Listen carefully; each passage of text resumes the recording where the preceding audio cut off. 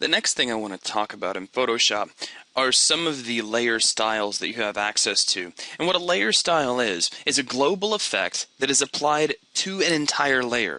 Now by default this is based on the layer's transparency. So what we're going to do to show it off is I have a brand new document here and I'm going to create a brand new layer that has nothing on it. I'm going to grab my paintbrush, and you'll notice my paintbrush is fairly large. It's 100 pixels.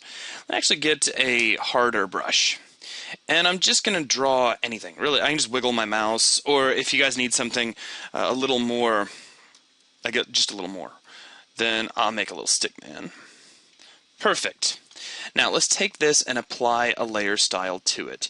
We can do this in a few ways. One way is to come down to the little FX button at the bottom of your layers panel, and that actually gets a tooltip that says add a layer style, but the tooltip is currently off the bottom of the screen.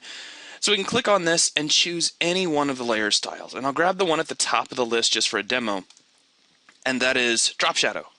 Now there is a very slight drop shadow that has appeared here. If you want to see it look a little more dominant, a little more visible, then just click and drag out here in your document and you'll see you have this kind of underlying shadow. And as you do that, there are certain settings inside the drop shadow settings that are moving around. They're adjusting in real time as you make those changes. Now I don't really want to get into each and every individual style here.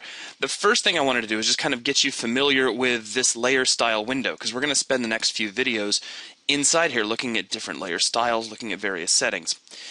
What we're going to do for starters is take a quick look at the styles and the blending options. There's some very important things that take place here inside the blending options area that you really need to know about, and they can really help you get some very specific, very cool effects once you know how they work. Then what we're going to do is break down each and every individual layer style, and I'll give you a demonstration of all of them. Now we may not go into each and every single little tiny button, knob, and switch, but really most of these are so straightforward that you're going to have a pretty easy time seeing what each one of the settings does. So with that, let's go ahead and jump in and get started taking a look at the various layer styles in Photoshop CS5.